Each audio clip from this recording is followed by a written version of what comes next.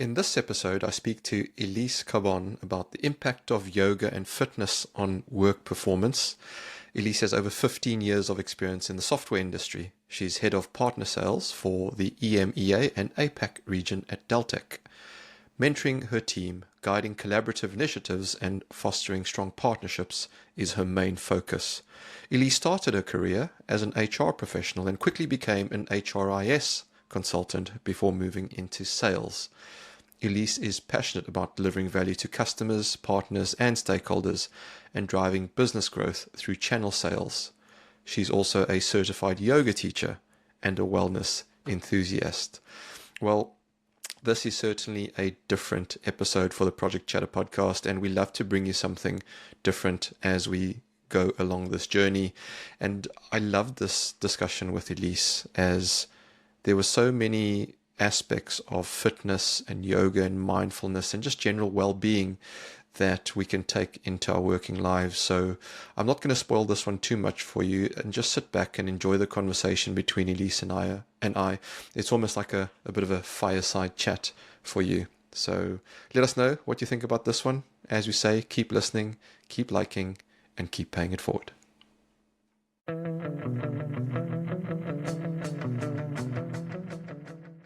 Hello, Project people, and welcome back to a brand new episode of the Project Chatter podcast. It's amazing to be with you. Episode 194. I don't think we imagined we'd get this close to the 200s, but we're almost there. I'm flying solo today in the host seat. Val's taken ill once again. I think he's avoiding me for some reason, folks. So if you do hear or see him, tell him, that we're still mates and we still get on. No, jokes aside, he's not feeling well, but it's his loss. I have a fantastic guest with me. Elise, welcome. Stranger to myself, we've met before, but for those that don't know you on this podcast, can you tell us a bit about yourself? Who are you, what you do? Because you have a fantastic topic that I don't think we've discussed before. 194 episodes, we've never discussed the topic that you're about to chat about. So it'd be great for the listeners to know a little bit more about who Elise is. Sure. Hi, Dale, and nice to be with you tonight because it's the evening for me. As you can hear, I'm French. So I'm based in Paris and I'm working from home. I'm currently working for Deltek, and Deltek is a software company. You probably have heard about them under Deltek Acumen. And I'm leading the partner team. So I know Dale because Dale is a partner of Deltek, and we've been working very closely together in the last few years. Yeah, we have been, and it's always fascinating whenever I catch up with you and the various aspects. But the fantastic thing about you and being on this podcast is you're not going to talk anything to do with software. Absolutely. And I think the title that we've landed on is how yoga and fitness contributes to work performance. And it's a very specific title and so for those that don't know you in a work context, why yoga? Or what's the connection with yoga when it comes to you? Sure. So I think we need to move back a few decades, at least a decade ago. When I started to work, I was a consultant.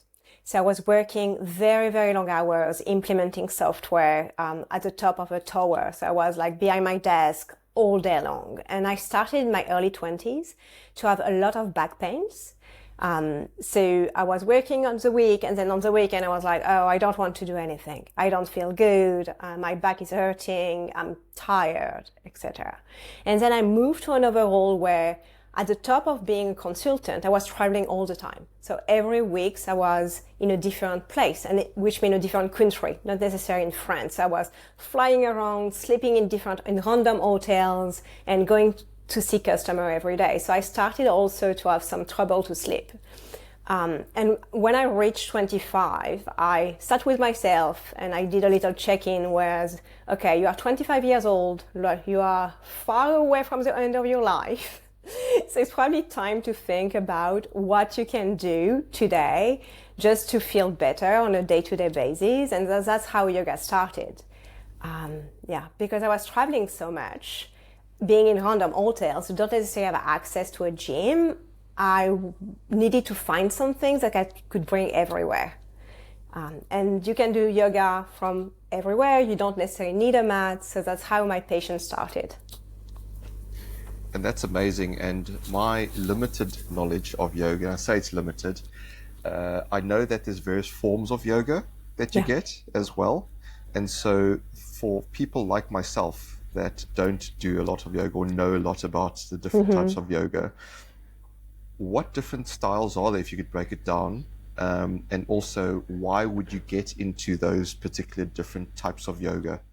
Yeah, so I would say, and maybe not, but for me at least, the first type you usually see is a physical type. So when you type, okay, stretching, my back is hurting on YouTube, usually you get a video which is yoga for your back.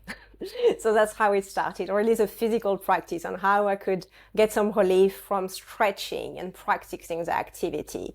And then more and more for me, I started to have also the spiritual aspects. So starting to think about, how I could improve my breathing to calm me down, how I could sit down and meditate, maybe to have more clarity. So that would be the next step of my yoga practice, which is more spiritual. And then you also have the act of service, for example. That is a form of yoga, which is not spiritual or physical, but it's how you interact with other people. That's interesting. I didn't actually realize that there was a third one. For me, it was either the physical or the spiritual, and now you brought this third dimension into it. And there's a close link. We've spoken previously on this podcast around, mental health, anxiety, stresses, and all these types of things, and where, the likes of your meditation, mindfulness helps with those types of things. But, as I say, my limited knowledge about yoga, it sort of brings that physical and that mental together, particularly if you do that style. And whilst we've spoken about how the yoga and things like mindfulness can help with stresses and anxieties, the downside, I think what you're saying, actually, there's an upside to it. Even if you don't have stresses and anxieties, yoga, the likes of the yoga and fitness is good for you. So where do you want to start with this? Because this is an open conversation. We're not scripted, as you know. And so I think for me, certainly, it'd be great if we could take the listeners on a journey. Yes. When it comes to yoga, in terms of going, okay, if I want to reach peak performance, how do I get there? With your advice, Elise, coming from yoga and a fitness lens. Yeah, I'm taking some notes just to keep track of our conversation. So I'm a very taking notes old school person. That's why. So as I said, initially I had this very stressful kind of environment where I started to be less performant at work. When you don't sleep well and then you need to go to a customer, you are sleepy at the end of the day. Your clarity of mind is affected. When you don't feel good physically, also you are affected because you sit, you move, you don't stand in a right way where you are very secure. And when you are a consultant, you need to be, when you speak with a customer, you need to say, I know my stuff. So it's also how you stand up, how you show up to people. So if we take I will start with the physical and then I will move to the mindfulness and more spiritual because COVID had a lot to do with me digging deeper into that. So we could move to that afterwards. So the physical aspect, I think, is I'm a very tiny person in size. And I think since I've started yoga, I really gain an inch. And when I, enter a room or sit on everything, I try to stand up and you are not your back is rounded. And so it's giving assertiveness, if you say in English. Yeah, right? So it's showing up for people and being open. And that's what you work a lot when you do yoga. You work a lot on your posture, on your vertebra, on how you roll your shoulder back and down and how you open your heart, etc., etc. So that will be the start of, me via the practice of yoga, also how I was showing up in a room. And I'm a female and I've been working in a very male-dominated environment. So it was very important as a young female in tech also to be very strong in my posture when I was speaking with my colleagues or a customer. So that will be how, the physical practice really started to build up and help me to show up differently on a day-to-day basis. Yeah, it's interesting you talk about posture, particularly in a work context as well. And it's something that is quite a subconscious thing, right? Because if you go to an event or if you go into a room, and let's say it's a room full of strangers, it could be at a party, it could be in a business meeting, you'll know automatically, you'll subconsciously go, okay, that person is someone important. And you don't know what it is necessarily all the time, but it's their posture, it's their body language, it's they just sit slightly differently, or their shoulders are, they just tell you there's this little tiny tweaks that they've done to go, I'm someone important. And I think what you're saying is that yoga can actually contribute to the subconscious message if you're walking into a room with people that don't know you. Yes. Because at the heart of it, right, every single human being wants to be liked, right? If you and I meet each other for the first time, the first thing we're thinking about is, what does she think about me? And you're going, what does he think about me? Yeah. Right? And one of the first things we're subconsciously taking in is, what's their posture like? Where are they looking? What's their breathing like? Are they calm?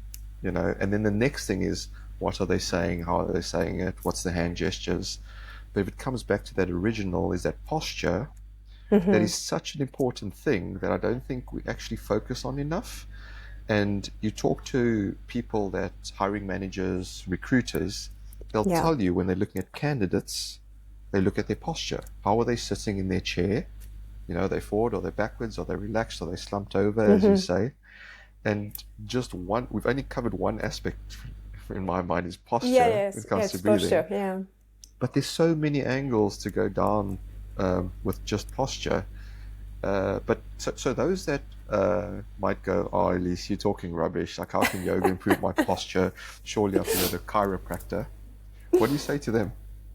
So it's funny you say that. So if we move to, let me bring us back to March 2020, when COVID hit, and at least in France, we closed everything. And at Deltec, everybody was working from home. So me, as a yoga teacher, because I'm also a yoga teacher, was like, how I can help my colleagues so that everyone is working from home. So I spoke with Maeve, our HR, and I told her, let me start a chair yoga class. Every day at lunchtime, and initially it was every day, and then we moved to once a week. And it kept going for 3 years. So every day at lunchtime, during 20 minutes, I was doing a chair yoga class. So you sit in a chair, you are behind your computer, and you just stretch, work your posture, like do some twists, do some breathing exercise. And I had a lot of skeptic people starting, what's this chair yoga thing? And after a year of practice, like few people reached out to me and told me, Elise, my posture has improved. I don't have my back hurting anymore. I'm stretching the way you are showing us in between meetings and everything. So I would say just try. Like yoga often has an image of people, the spiritual aspect, I would say, but it's also stretching. Like I've been telling a lot of my students, like yoga at the end of the day, the physical part is a really good way to stretch your body. So let's try and be, this will probably be a little bit tricky, but we like to do things that are tricky on this podcast. So if those are listening to you right now, right, and they're sitting, what if you were instructing them to do something, I can do that. what would you be telling them? They're listening to you right now, little things they could be doing. They're sitting listening to this. So the first thing you want to do if you want to stretch is pull your chair back. So you've got some space between you and your desk, and you want to sit really at the edge of your chair. So I'm going to move my computer because I'm too close. Okay, so that's the first thing. And then you plant your feet, both feet on the ground, and you try to spread your toes. Okay. Then you raise your shoulder up, all the way up to your ears, and gently you relax them down. And you check your hands. And you do that 3 times. So when you inhale, you move your shoulder up. And on the exhale, you release gently. Okay, one more time. Big inhale, you move up and down. How does that feel there? Only 3 shoulder ups and down. That was actually great because I'm not sitting in my normal chair, right? For Yeah. those that don't know, I'm in a hotel lobby actually talking to Elise because I'm traveling. And that was actually really good because it helped me sit more upright, got more air into the lungs. Yeah. So yeah, I was doing that. Those that can't see, that aren't watching us on YouTube, I was actually doing that as Elise was explaining it. So I hope you did as well, listeners, because that was something that's really simple. Yeah. Very And fast. one of the things that, and those that have listened to this podcast know this about me. I've done meditation or mindfulness before. So the breathing bit is actually the easy thing. So a couple of months ago, Elise, you'll find this funny. I decided to go to my very first yoga class with my wife. And I'd never done yoga before, but it was a mindfulness yoga. Yeah. And at the end of it, the instructor came to me and she went, "How did you find that?" And I said, "The mindfulness bit was easy because I'd been doing mindfulness meditation before." I said, "The physical part of yoga was extremely difficult and it wasn't big weights or strenuous, hit exercises or anything like that. It was simple little stretches, putting your body in positions that it's not used to. But I came out in a ball of sweat and it was very, very strenuous." Why does that happen to you? What's going on physically when you're doing yoga as well? Because we've just given a brief example of, I think, the mental side. Yeah. But what happens to you physically? I think multiple things. The first, so you move your body in different planes, first of all, and usually we are really sitting in one plane. So we are staying. So it's helping you to just mobilize your body differently a little bit. So that's the first thing. And then also some muscles that are stabilizers. So they're stabilizing your spine. And you are not used to do that because when you run, when you do it, as you said, it's very physical. Like you've got the cardio aspect. I think with yoga and multiple type of yoga, obviously, but with the typical vinyasa or ashtanga yoga, which are the two mainstream, I would say, you move slower. So you got time to think and to go into the position. And then usually the yoga instructor will give you guidelines of what's the ideal position. So I don't like to give too much guideline because the body needs to position himself. But usually you've got some information where it's going to help you to adjust your posture. So I think that's because, you did something that you haven't done before. So your body was kind of, oh, that's new. I don't know anything about it. So that's the first thing. That may be a little bit stressed also to be in a new environment. That could be. And then you work some muscles that will not work the same way, I would say, Del. That's why, you were sweaty, which is funny that you're saying that the mindful part was easy because usually people, that's what they find very hard. They start with the physical part and then synchronizing the breathing and, staying calm, trying to clear your mind. It's something very hard for most of the people. Yeah, and like I said, I think it's because I had been doing it for probably about a year and a half, every morning waking up, training the mind on mindfulness. And that's amazing. Yeah. It was just the physical side I found difficult, and I think it's That's like anything. I interesting. think the lesson learned there for me is that if you do anything enough, long enough, then it becomes easy. It becomes a habit and, anyone can do it. And I think the same thing here with yoga. And correct me if I'm wrong, the beauty about yoga is that you don't have to go and do it for, an hour's worth of exercise every day. You can find bits in your day where you can build it in. So let's take a typical person that, maybe it's a busy parent that works from home a couple of days of the week, goes to the office a couple of days a week. What would their week look like where they can start integrating some of this into their days and their weeks? So I really love the chair yoga for busy people. Like if I want to start today, I don't need a mat. I don't need a legging. I could do it in my own clothes. It could be behind my desk. So you could take 5 minutes.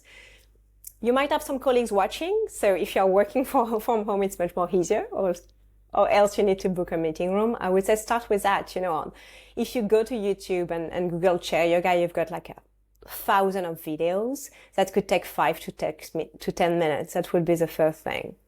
And then it's also to do it when you get out of bed. You know, you got some people practicing Tai Chi or Qigong as soon as they wake up.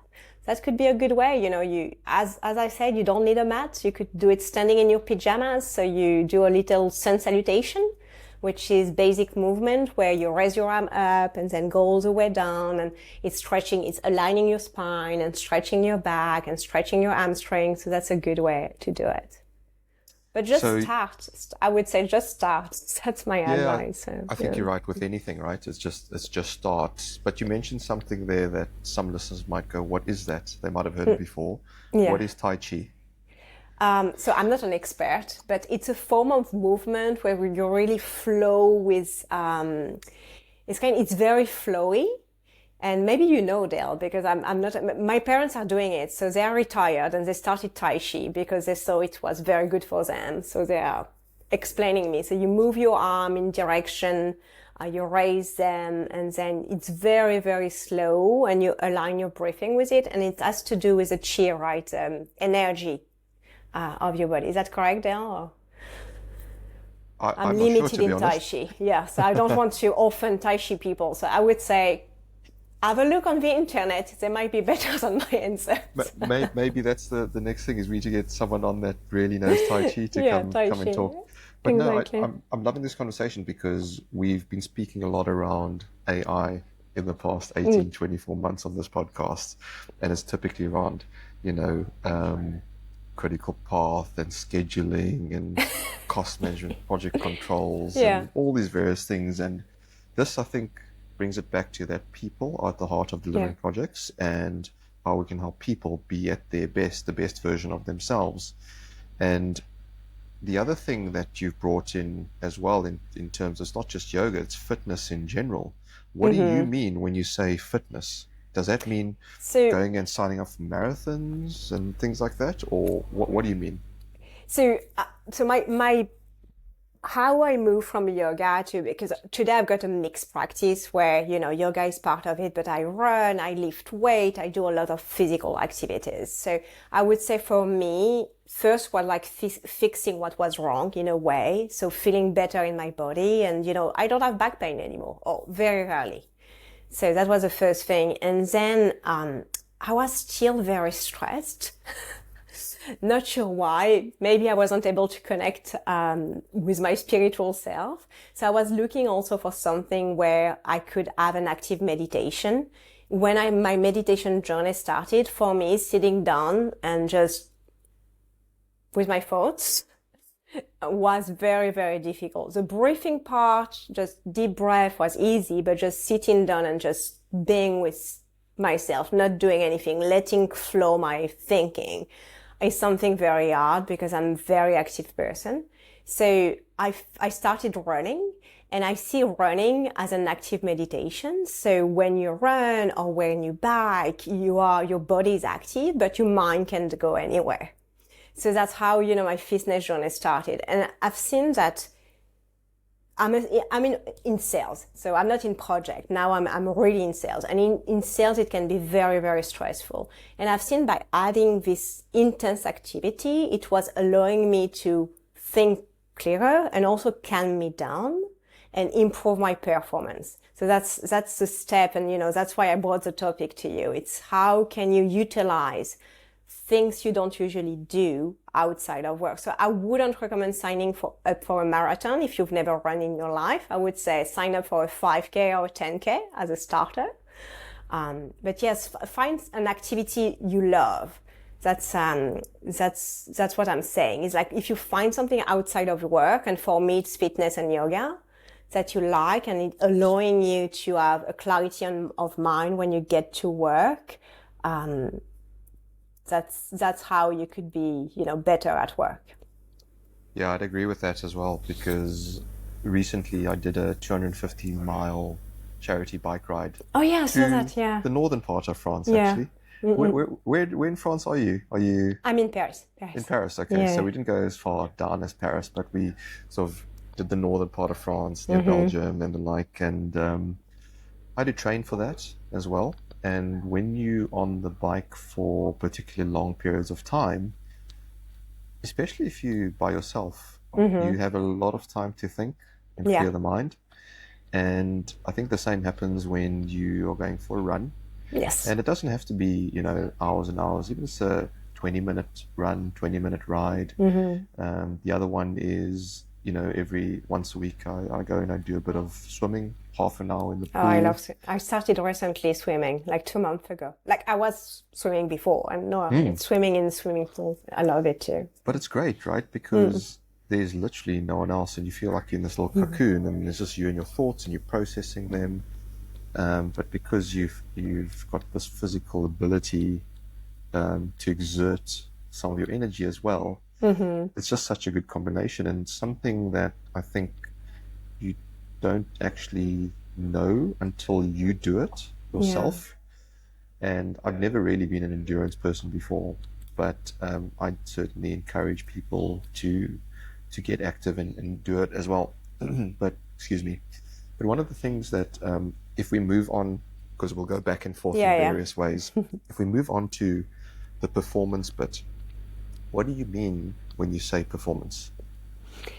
So I mean being more productive at work, maybe having in the task you do too. So I would say my best days are when I'm coming back from a run or a workout. So I will, wake up, and I'm waking up early. That's me, but you could wake up late. I like to wake up, go for my workout for maybe 60 minutes, and then, start my day.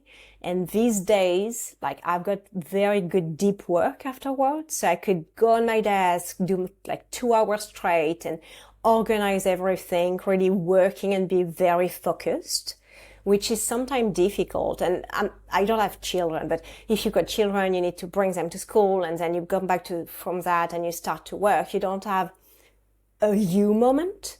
So I think that's what also it's bringing. It's bringing that moment that is only for you, where you are not on your phone scrolling or with music or anything. It's really you and your body that needs to be synchronized.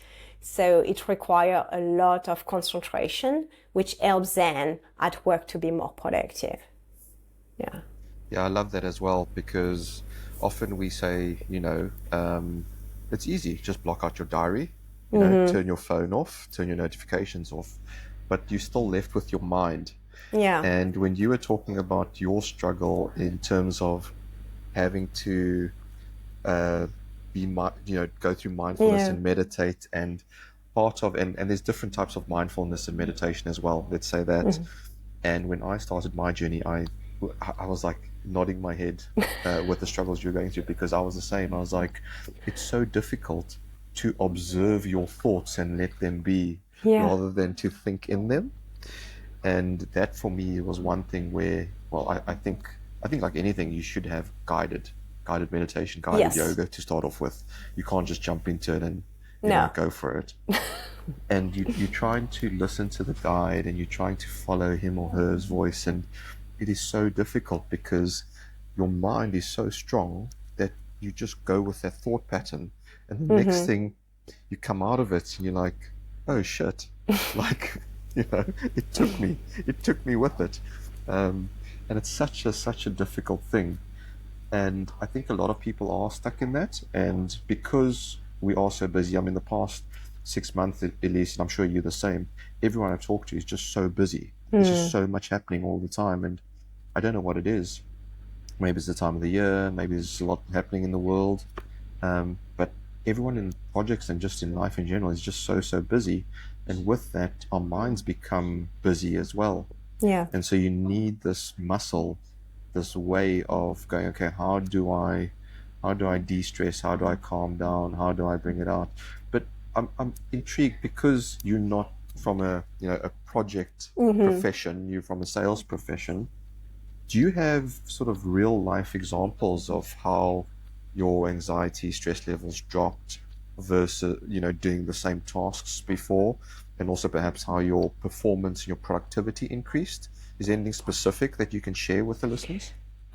Yeah, maybe in contract negotiation, it's a good one. I feel like before, like every negotiation was very hard for me, where I was getting stressed, losing my sleep because we didn't find an agreement, and the end of the month or the end of the quarter was coming, and I needed to close the deal. And since I really enhanced my the mindfulness part of it, and also the physical activity like the fitness, the more running and swimming, I'm much more calm and prepared when I'm going into a negotiation. And I'm speaking about contract, but it could be anything. And even if at the end of my day, I'm able to close my computer and say, okay, we will get back to it tomorrow. I've got ABC tasks to do. That's how we are going to achieve it. So it's really brought a lot of calmness, I would say, on how I deal with challenging situation. That's really what it brought, but this practice brought me. So yeah.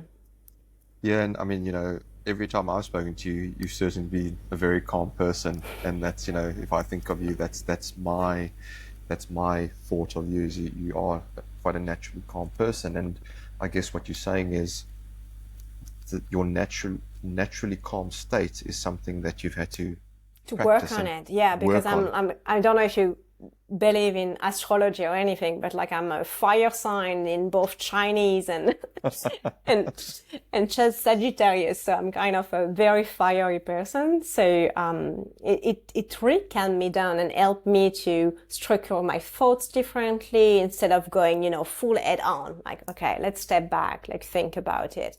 Another good example is public speaking, I would say. Because you are, and I'm in sales, but in projects, you spend your time speaking to other people. It could be stressful for some people just to get in a room, and it doesn't matter how long you've been doing it. So the best advice I got when I did my yoga teacher training is, when a yoga teacher is starting to teach, you are scared. You are going to guide some people, like a dozen or even more people, through movement, which is something that is not easy because some people are not synchronized. And every yoga class usually starts by maybe a 2 to 5 minutes breathing exercise. And this is amazing for the yoga teacher because it helped me to calm me down to teach my class. And that's something, I still get stressed in some situation when I need to speak in front of a big audience. So this kind of, before going to the stage or before starting, saying, okay, I'm going to take 3 deep breaths just to center myself. That's the best advice I was given. Like just to inhale and exhale and then go. So that's also something anyone can do at work, is if you've got a challenging conversation with a customer, just close your computer, 3 deep breaths, and the world starts again. So there's a time to pause. And that's something we are not used to in our current world. We are always on our phones, the notification we get. So it's very important, I think, to pause, to be performant at work. Yeah, I was just pausing there, so people could... I know. They could reflect.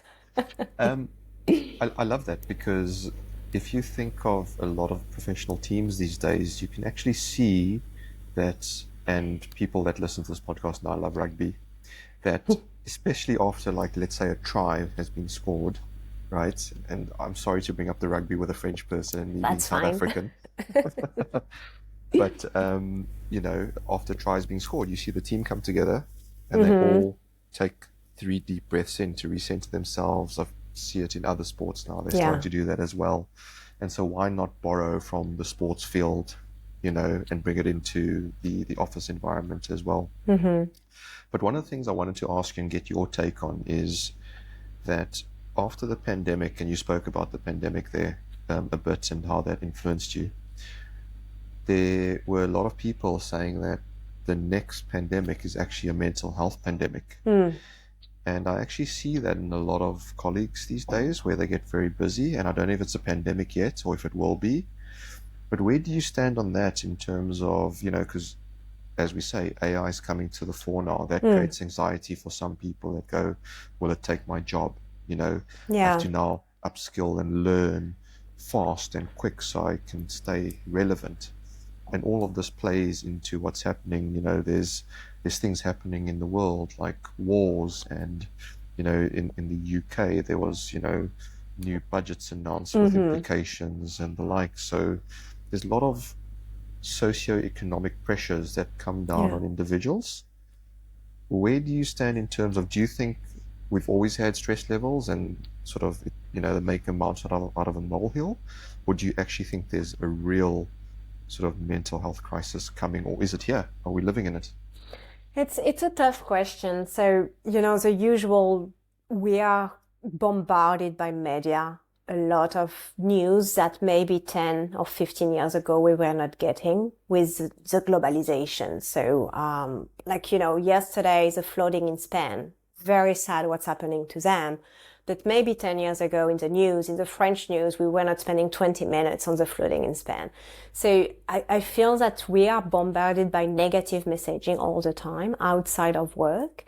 And then obviously with all the redundancy that we've been hearing in the tech industry in particular, people are really stressed for their job. So I understand why they want to fight for it. And sometimes, the way they see it is I'm going to do more, but maybe the way to do it is do it smarter. It's not because you are super busy that you are focusing on the right thing. And it's easy for me to say, but I would say I did a lot of work on with this yoga and mindfulness journey of finding my values and finding, what's important for me and where I want to dedicate my time. And it seems very easy, but it's not easy. If you feel like if today you feel very stressed, at work or at home or because of the, situation outside in the world, I would say just take the time for you to think about where do you want to go? What's your value? And then match that. Is it matching with your current work situation? What can you improve? And I'm sure we all have some time. If it's, doing more physical activities, go for a walk. Yeah. We are on calls online all the time. So maybe take the calls on a walk, That's something you can do too. Just try to find the time for you. That's the important thing to do. I'm not sure if I'm answering, your question, but we spend less and less time for us as a person. And that's very important to do that.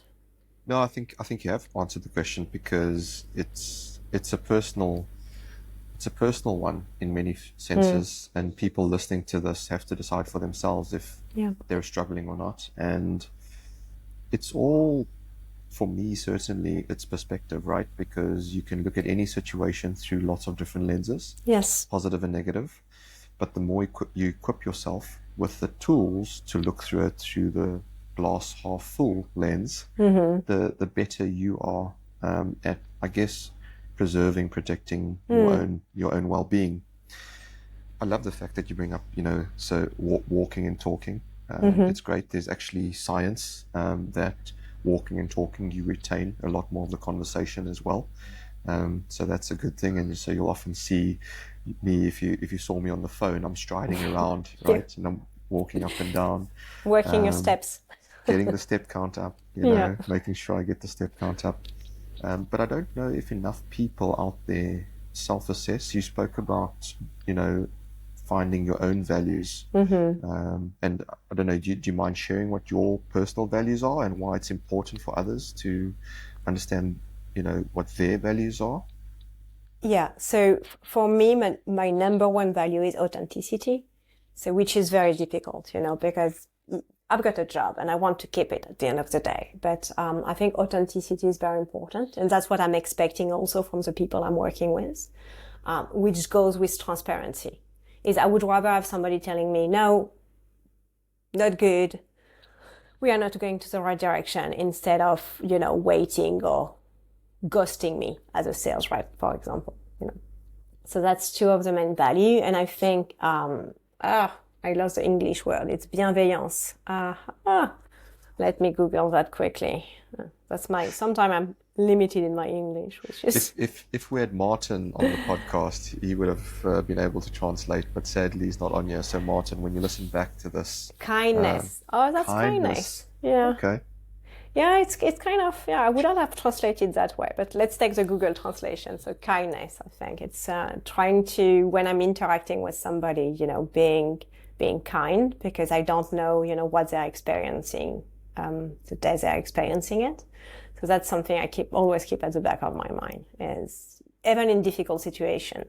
And when you're on a project, for example, you could have a lot of difficult situation with your customer or things that not go the right way.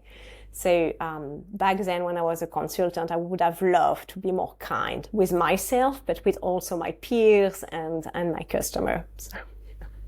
Yeah, and I think that's right. You know, if I'm talking to you, right, and let's say I don't know what you've been going through on the day, the week, the month, whatever it might be, and you come across as, to me, someone negative, or you're moaning or complaining about something, my natural reaction is to go, well, I'm going to complain and moan and argue back, right? But I heard something fascinating the other day, and it's really difficult to do as human beings. But if you can apply that empathy, that kindness, to go, I really feel sorry for what that person has gone through to get them in that state of mind. Yeah. All of a sudden, your response becomes so much different. And bringing it back full circle, for me, the physical, the yoga, the mindfulness helps you to have that empathetic side. Yes. To go, actually, you know what? You know, let's do it the other way, because I don't want to make you sound like the evil person, yet I'm the good. Let's say it's me having the bad day, you know, then it's easier for you to go, you know what? I really feel sorry, and I wonder what Dale's gone through to, you know, come across like that, because he must have gone through something. Then all of a sudden your response is kinder, right? It's like, okay, actually, maybe they're going through something that I don't know about. But it's really difficult to do in the moment, right? It's hard because, and I'm French, and you know that French people will love to complain about things. But I would say I'm really trying to apply it, at least, maybe I should do more at home, but because I complain sometimes, but quite a bit. But at work, really with my team, especially because my team is spread across the globe and we don't know what they're going for, you know, sometimes, and it's something that really started with me with COVID, where, you know, everybody was stuck at home and they had some family difficulties, etc., and situations that we are not used to. So it helped me to say, okay, I need to be really aware that people are going through difficult time, and the way I manage people and I interact with partners also of our ecosystem, I need to think about that. So really helped me to go to the next step, I think, with that.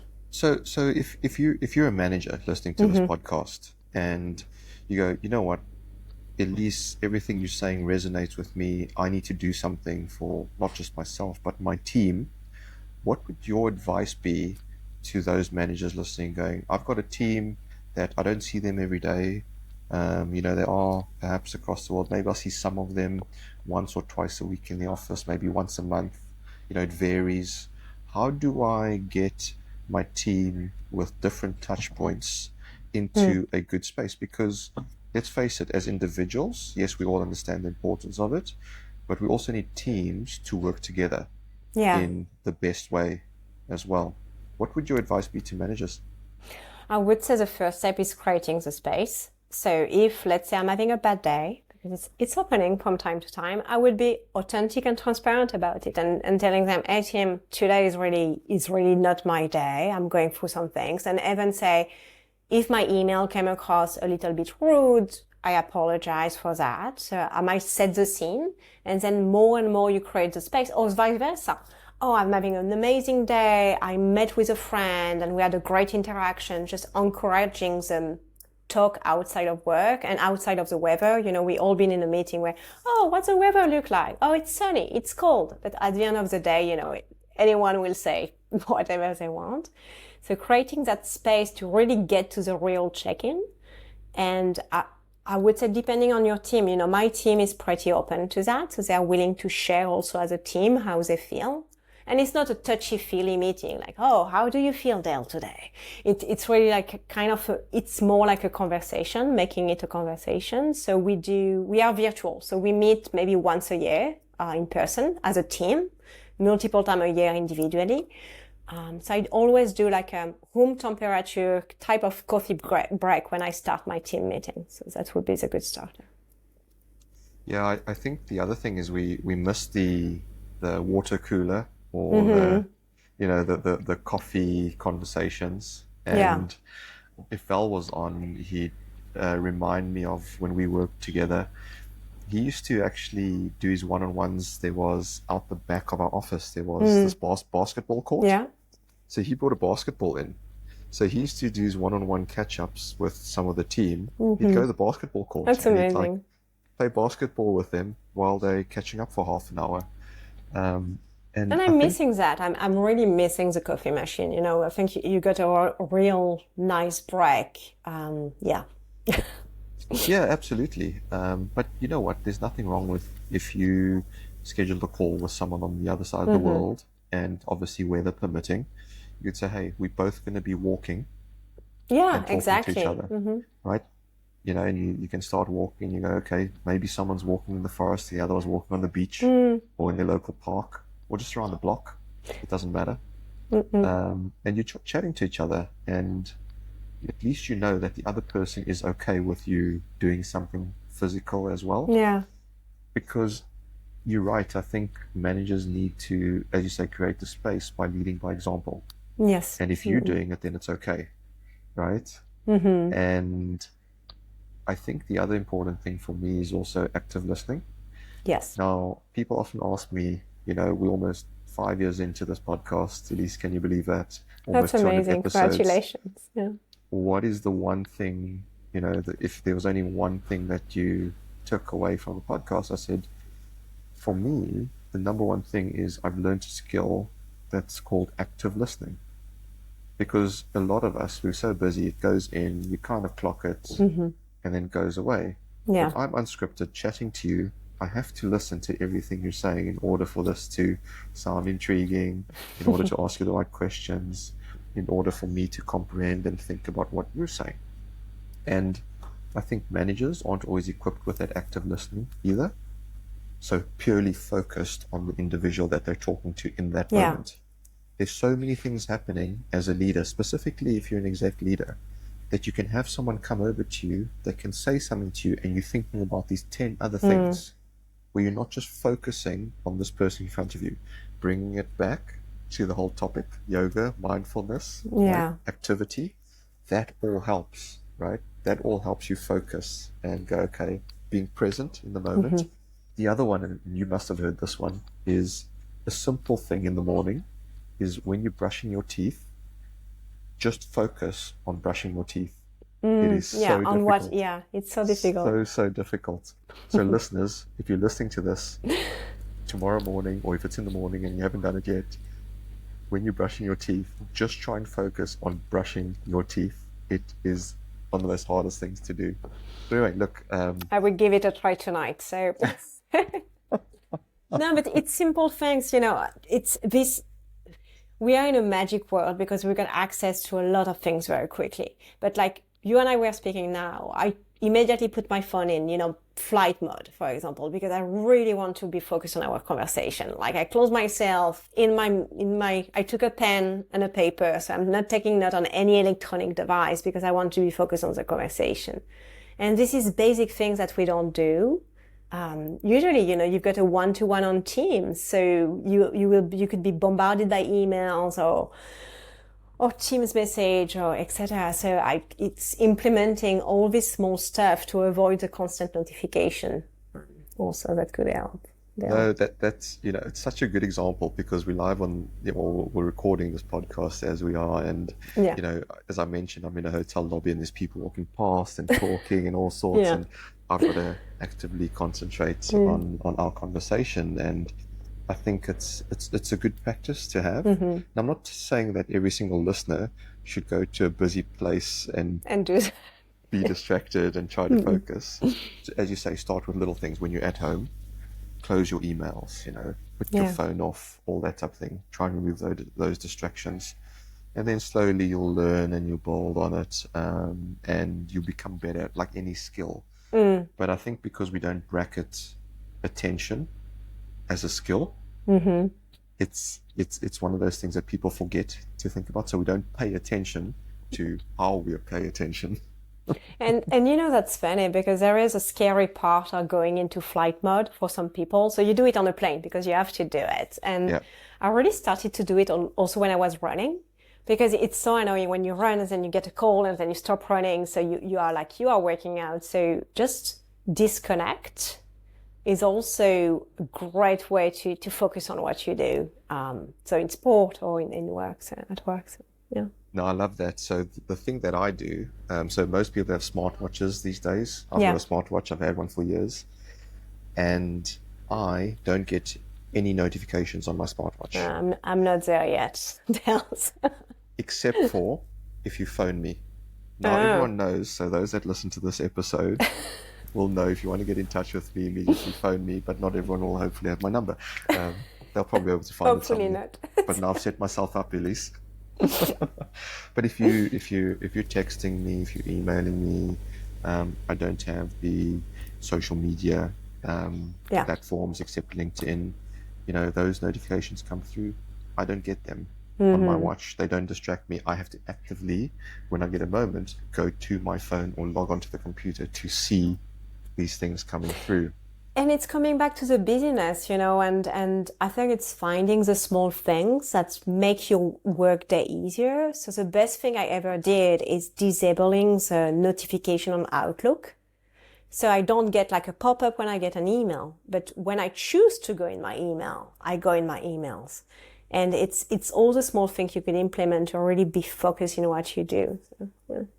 Yeah, there's so much that I think we need to remind ourselves that we are in control, because we a lot of the time I think people feel like they're out of control with everything happening, but you can choose to switch things off. You can choose to switch off, and that's important as well. But and that's how I choose to go for a run sometime, at lunchtime. So you could also choose to just be active also. Yeah. What's the worst that can happen? Oh, sorry, I missed your call. I was out. I was grabbing lunch. I was just having a bit of a break. No one's going to go, oh, that's, no one's going to moan about that. Well, and if they do, then that they're just being a dick. Maybe they should go for a run. Agree. No, I agree. And it's this world where we are always on, where you really need to create a space to do something else. Because as you said, people can go and, start their day at 6 a.m. and at 10 p.m., go to bed, wake up, look at your phone, and again start again.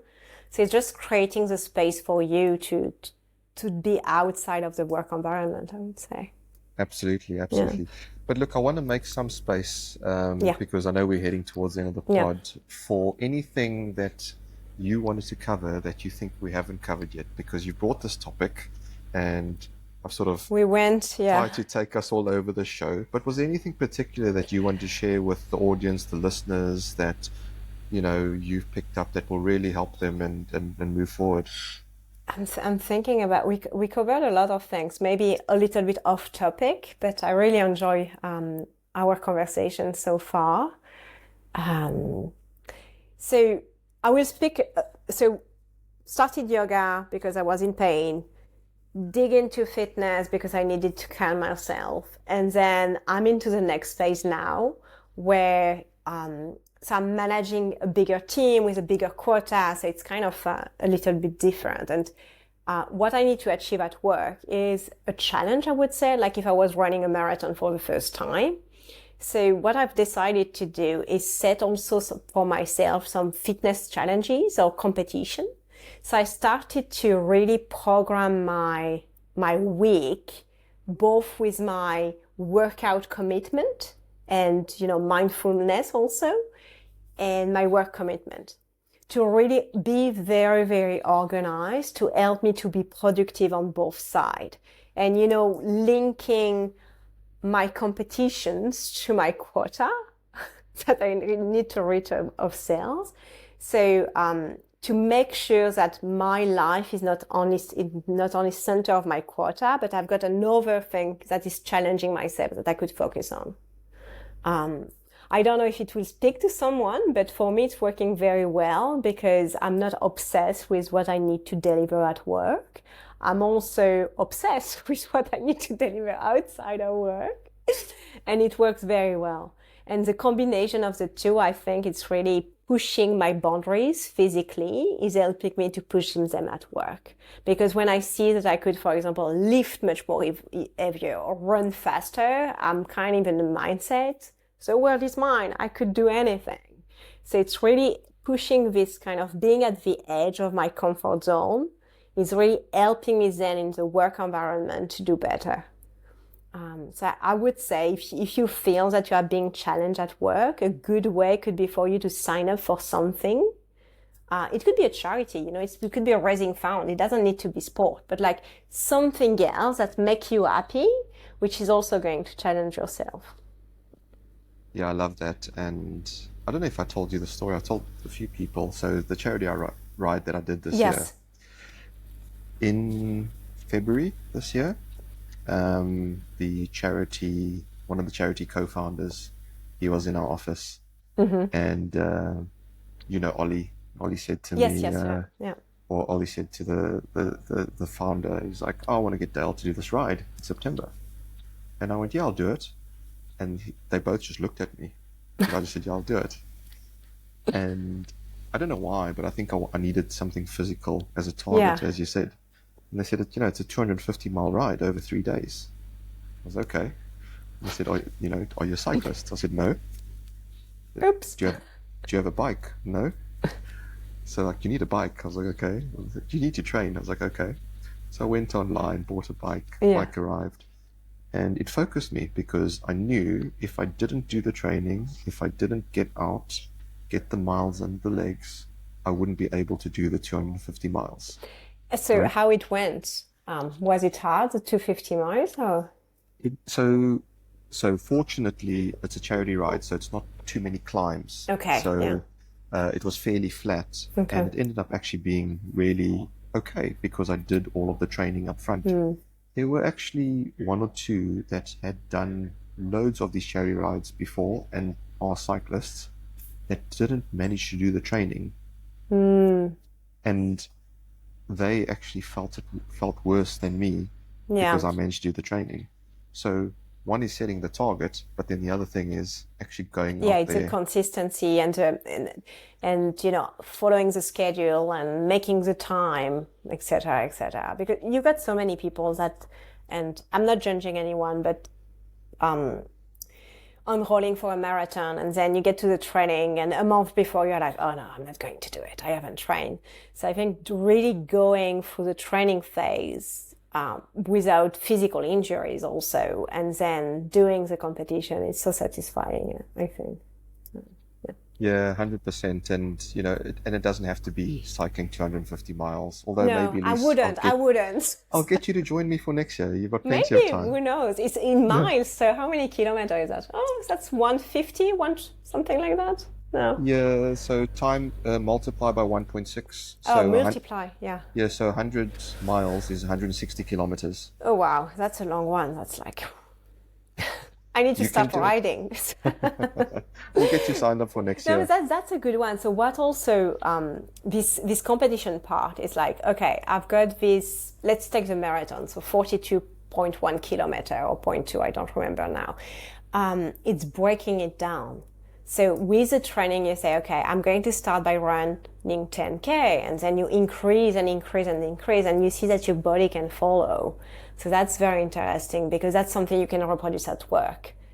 In sales, when you've got some opportunities, you can say how I can break it down to make it work. Or in a project, that's exactly the same. How I could break down the challenge to arrive to the target. So I really like all the things you can learn when you practice the physical activity, for example, that you could see back at work. Yeah, 100%. And but I think you're right. You've hit the nail on the head with the progress side of things. Yeah. Because especially if you're doing something that's an individual sport and challenge, you are in total control of all of that. Yes. So if you fail, it's all on you. If you succeed, it's all on you.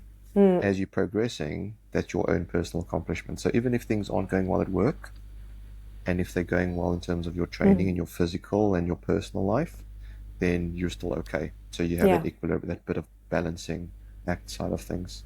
But look, I also want to make a little bit of space for you because we usually have Martin on that does Fiverr. And as a new guest on the show, we want to take you through Fiverr as well. Do you know what Fiverr is? No, what's Fiverr is? Fiverr is a pop quiz where I ask you 5 quick fire questions all about yourself. So the listeners can hopefully hear about you. And I have in all the current craze, I've used ChatGPT to come up with the 5 questions for you. So let's see what it's given you. Yeah. I don't even know what it is. So if you're ready, let's give it a shot. So the first one is, what's the one thing people are always surprised to learn about you? I think that's the yoga teacher part. Okay. And my age. Sometimes my age. I look younger than I am. So Yeah, you're about 28. yeah, I would say so. So now it's not a surprise anymore because everyone will know that you're a yoga teacher after this episode. So there you go. Number 2, if you could give your younger self one piece of advice, what would it be? You've got time. You've got time. I love that. Number 3, what's your favorite way to spend a day off?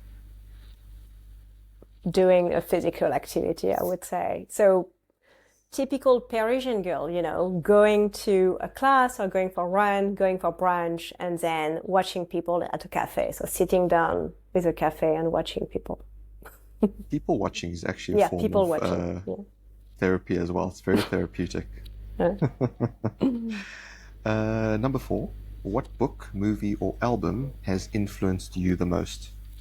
Oh, that's a hard one because I read a lot, so it's not easy. Blank.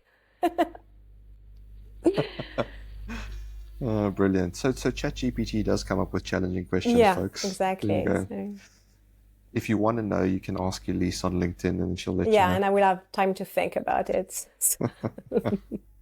And number 5, what's a habit or routine you swear by to stay grounded? I think we know the answer, but yeah, I love the breathing part. I think it's really helping me to calm myself, get on with my day. That's what I love to do every day. Fantastic. And as we head to the end of this pod, folks, 3 deep breaths in.